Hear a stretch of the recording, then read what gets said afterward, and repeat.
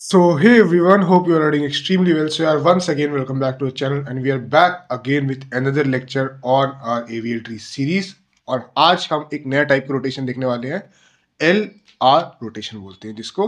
अभी तक हम एल एल और आर रोटेशन देख चुके हैं। सो यार, एल और आर रोटेशन जो थे, हमको पता है वो किस टाइप की रोटेशन थे। वो मेरे सिंगल रोटेशन के टाइप्स, ठीक है। और वहीं पे जो ये एल आर रोटेशन है, सबसे पहले मतलब समझो। एल आर, एल का मतलब left of right, left of right rotation, इसको बोलते हैं एल आर रोटेशन। और ये मेरा आता है डबल रोटेशन की कैटेगरी में। आई बात समझ? ठीक है भैया। सो ये है एल आर रोटेशन जो आज के लेक्चर में हम इन डिटेल देखने वाले हैं। तो यार स्टार्ट करते हैं बिना किसी देरी के। एक एग्जांपल लेता हूँ, उसके थ्रू समझाता हूँ मैं, ठीक है। सपोज मेरे पास कोई एक ये नोड है जो कि है 40, ठीक है, और इसके लेफ्ट में है 30। ये बिफोर इंसर्ट की कंडीशन है, ठीक है। ठीक है भैया। अगर मैं इसका बैलेंस फैक्टर निकालूं, इसका 0 आएगा और इसका 1 आएगा। और हमको पता है बैलेंस फैक्टर जो है -1, 0 या 1 ही हो सकता है सिर्फ। और ये कंडीशन वैलिड हो रही है, इसका मतलब ये मेरा वैलिड बाय एवीएल ट्री है, ठीक है भैया। अब सपोज मैंने क्या करा, मैंने ये 30 है, इसके राइट में एक नोड इंसर्ट किया, ठीक है। तो मेरा बाइनरी सर्च ट्री कैसे दिखेगा? मेरा बाइनरी सर्च ट्री है जो एवीएल ट्री, सॉरी, वो कुछ इस तरीके से दिखेगा। क्या यहाँ पे ये 40, ठीक है, इसके लेफ्ट में 30, और इसके राइट में क्या है, अभी एक नया नोड मैंने इंसर्ट किया जिसको मैंने कह दिया 35, ठीक है। ठीक है भैया। अब देखो ये कंडीशन थी क्या, ये है आफ्टर इंसर्ट की कंडीशन, मैंने जब 35 को इंसर्ट किया, ठीक है। अब अगर मैं इसका बैलेंस फैक्टर निकालूं तो बैलेंस फैक्टर कितना आता है, देखो ये आएगा 0, ठीक है, ये आएगा -1 और ये आएगा 2। कोई दिक्कत नहीं। अब देखो तुम जैसे ही यहाँ पे देखोगे, यहाँ पे जो कंडीशन है, यहाँ पे मेरी कंडीशन गलत हो रही है। 2, क्योंकि 2 मेरा एवीएल ट्री केस में नहीं आ सकता, मतलब इसका मतलब एक वैलिड एवीएल ट्री नहीं है अभी। हाँ, तो इसका मतलब मेरे को क्या करना होगा, मेरे को रोटेशन परफॉर्म करना पड़ेगा इसके अंदर, तब जाके मेरा एक ये वैलिड एवीएल ट्री बन पाएगा। आई बात समझ? ठीक है भैया। अब तुम्हारे दिमाग में एक चीज आ रही होगी क्या, कि हम देखो, तुमको एक चीज पता है क्या, कि हम जो एवीएल ट्री कंस्ट्रक्ट कर सकते हैं, बस एक ही एवीएल ट्री कंस्ट्रक्ट कर सकते हैं, मोर देन दिस कंस्ट्रक्ट नहीं कर सकते, है ना। सही बात है, सही बात है, ठीक है। सो अब एक चीज तुम बताना, तुम अगर यहां पे रोटेशन परफॉर्म करोगे, ठीक है, पहली चीज, तो तुम किस नोड के अबाउट रोटेशन परफॉर्म करोगे? पहली चीज मैं तुमको बताया था कि पेरेंट नोड के अबाउट तो अपन रोटेशन परफॉर्म नहीं कर सकते, है ना। हमेशा मेरे को चाइल्ड नोड के अबाउट ही रोटेशन परफॉर्म करना होता है, ये हम सबको पता है, ठीक है भैया। तो सपोज अगर जैसे मैंने बोला, मैंने बीच वाला नोड लिया, ठीक है, मैंने इसके अबाउट अगर रोटेशन परफॉर्म किया, ठीक है, मैंने सपोज क्या बोल रहा हूं मैं, मैंने 30 लिया, ठीक है। मैं बोल रहा हूं कि मैं 30 को एज अ रूट नोड मान करके एक रोटेशन परफॉर्म करता हूं, ठीक है। अगर मैं 30 को रूट नोड मान के अगर मैं रोटेशन परफॉर्म करूं और उसके बाद एक एवीएल ट्री जनरेट करूं, तो मेरा जो एवीएल ट्री बनेगा, ठीक है, देखो 30 जो है, ऑब्वियस सी बात है क्या, देखो मेरा एवीएल ट्री कुछ इस तरीके का बनेगा। 30 अगर मैंने रूट नोड बनाया, अब बाइनरी सर्च की भी प्रॉपर्टी मेरे को सेटिस्फाई करनी पड़ेगी, तो ऑब्वियस सी बात है 35 यहाँ पे लाई करेगा और 40 यहाँ पे लाई करेगा, है ना। ठीक है भैया। और अगर अब मैं इसका बैलेंस फैक्टर निकालूं, इसका 1 आएगा, इसका, इसके लेफ्ट में कोई नोड नहीं है और इसके राइट में भी कोई नोड नहीं है, -1 आएगा, ठीक है। और इसके लेफ्ट में कोई नोड नहीं है, राइट में 2 नोड है, तो इसका 2 आएगा, है ना, जो कि वैलिड एवीएल ट्री नहीं कंस्ट्रक्ट कर रहा। सो इसका मतलब यहाँ पे जो अपन नॉर्मल अभी तक रोटेशन लगा रहे हैं वो तो लगा नहीं सकते, ठीक है। तो क्या करेंगे यार इसके अंदर? तो देखो मैं क्या बोल रहा हूँ यार, मैं बोल रहा हूँ कि यहाँ पर राधा 30 को रूट नोड ना मान करके अपन यहाँ पर 35 को रूट नोड लेते हैं। क्या बोल रहा हूँ मैं, 35 को अगर मैं रूट नोड लेता हूँ और उसके बाद मैं यहाँ पे एल आर रोटेशन परफॉर्म करता हूँ। देखो एल आर रोटेशन किस लिए बोल रहे हैं कि जो रूट नोड है इसके लेफ्ट में, अबाउट लेफ्ट में यहाँ पे एक नोड है और इसके राइट में एक नोड है। ठीक है, ठीक है। तो अगर मैं एल आर रोटेशन यहां पे परफॉर्म करता हूं तो मेरा जो एवीएल ट्री है वो कुछ इस तरीके दिखेगा। क्या कि 35 को मैंने रूट नोड लिया, अब 30 यहां पे इसका लेफ्ट में आ जाएगा और 45 इसके राइट में आ जाएगा। ठीक है, अब अगर मैं बैलेंस फैक्टर निकालूं तो बैलेंस फैक्टर आएगा मेरा क्या, ये जीरो, ये जीरो और ये भी 1 - 1 जीरो, और ये है आफ्टर रोटेशन की कंडीशन एल आर, और इसका मतलब अब ये मेरा क्या बन चुका है, एक वैलिड बाइनरी सर्च ट्री या फिर वैलिड एवीएल ट्री। ठीक है, बैलेंस बाइनरी सर्च ट्री। ठीक है, सो ठीक है, आई होप तुमको इतनी बात समझ आई होगी। अब इसको जनरलाइज कर देते हैं। ठीक है, अब इसको क्या कर लेते हैं, जनरलाइज।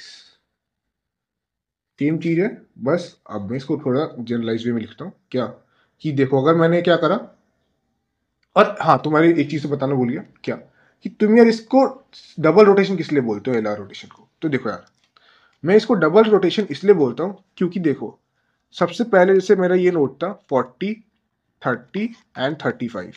ठीक है, अब देखो 35 जो है सबसे पहले रोटेशन मेरे को राइट के अबाउट 35 के अबाउट परफॉर्म करनी थी, है ना। सो जो राइट के अबाउट परफॉर्म करनी थी कुछ इस टाइप से, है कि नहीं। ये मेरा पहला प्रोसेस था, पहला रोटेशन हो गया।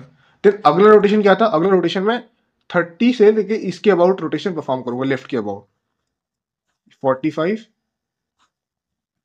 35, 30, यहां पे कोई एक रोटेशन परफॉर्म होगा। तो इस वजह से जब उसके बाद मेरा इवेंचुअली ये binary, sorry balance binary search tree generate हो रहा था। ठीक है, सो इसको बोलते हैं, इसलिए इसको बोलते हैं क्या, डबल रोटेशन। आई होप इतनी बात समझ आई होगी तुम। ठीक है, अब इसको जनरलाइज कर लेते हैं। सो यार अगर इसको मैं क्या करता हूँ, अब मैं इसको जनरलाइज करूं तो मेरा जो ईवीएल ट्री है कुछ इस तरीके से दिखेगा। क्या कि ए जो है मेरा रूट नोड है, ठीक है, बी जो है इसके लेफ्ट नोड है। ठीक है, अब बी के अबाउट, बी के लेफ्ट में दो नोड एक्सिस्ट कर सकते हैं। एक हो सकता है मेरा बी एल, एक हो सकता है बी आर। ठीक है, ए के भी राइट में एक नोड एग्जिस्ट कर सकते हैं जिसको मैं ए आर से रिप्रेजेंट करता हूँ। ठीक है, और इसकी हाइट हो सकती है अभी एच, इसकी भी हाइट एच, इसकी भी हाइट एच। ये मेरा किसका कंडीशन है, ये मेरा बिफोर इंसर्ट का कंडीशन है। ठीक है, ठीक है भैया। अब ऐसे ही क्या बोल रहा हूं मैं, ऐसे ही बोल रहा हूं कि अब जब बोल रहा हूं मैं क्या, ए जो है मैंने इसके आगे एक नोड इंसर्ट किया। ठीक है, यहाँ पे बी हो गया और बी के राइट में एक नोड इंसर्ट किया सी। ठीक है, अब जैसे ही मैंने इंसर्ट किया, अब देखो बी के लेफ्ट में एक नोड हो सकता है, ठीक है, जिसको मैं बी एल बोल देता हूँ, और ए के राइट में भी एक नोड अभी एग्जिस्ट कर सकते हैं जिसको ए आर बोल सकता हूँ। सी के लेफ्ट और राइट में भी एक नोड एग्जिस्ट कर सकते हैं जिसको सी एल और सी आर से रिप्रेजेंट कर सकता हूँ। ठीक है, ठीक है। अब इनकी हाइट क्या होगी यार, देखो इनकी हाइट तो अभी एच ही होगी, इसकी भी एच ही होगी, लेकिन इसकी हाइट अभी h+1 हो जाएगी। इतनी बात समझ आ गई। ठीक है भैया, ये मेरी कंडीशन थी आफ्टर इंसर्ट की। ठीक है, अब मैंने इसके about L R rotation perform किया। देखो अभी इसका अगर मैं बैलेंस फैक्टर निकालूं, देखो ये था 0, इसका 1, ये भी परफेक्टली एक एवीएल ट्री है ना।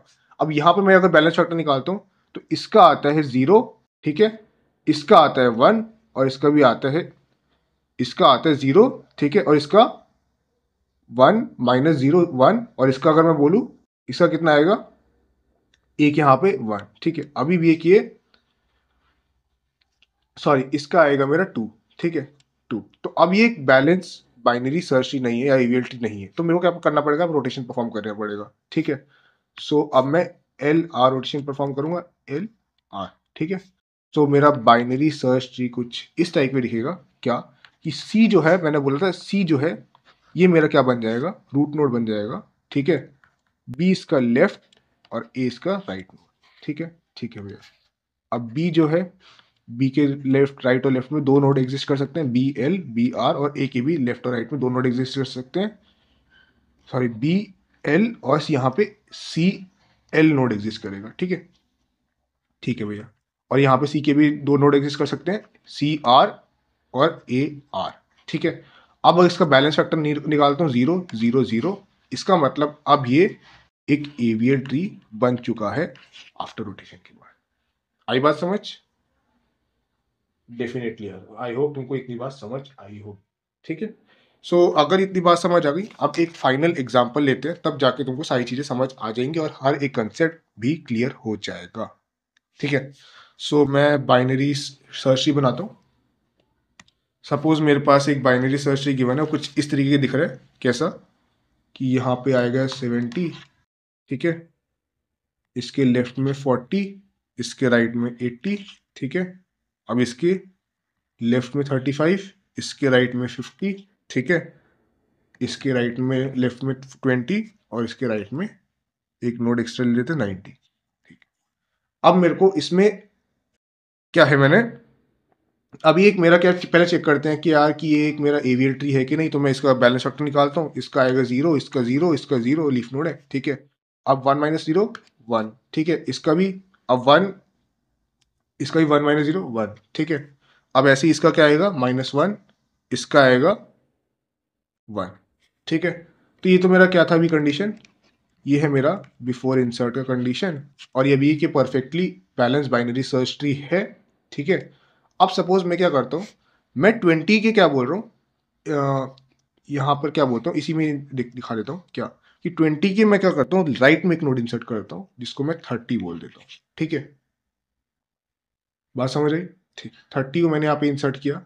अब मैं क्या बोल रहा हूँ, अब 1 सेकेंड में क्या करता हूँ, एवियल ट्री कंडीशन चेक करता हूँ, बैलेंस फैक्टर सबके निकालता हूँ, ठीक है। सो बैलेंस फैक्टर निकालता हूँ, ये हो जाएगा इसका बैलेंस फैक्टर 0, ठीक है। अब इसका 0 से -1 हो जाएगा, ठीक है।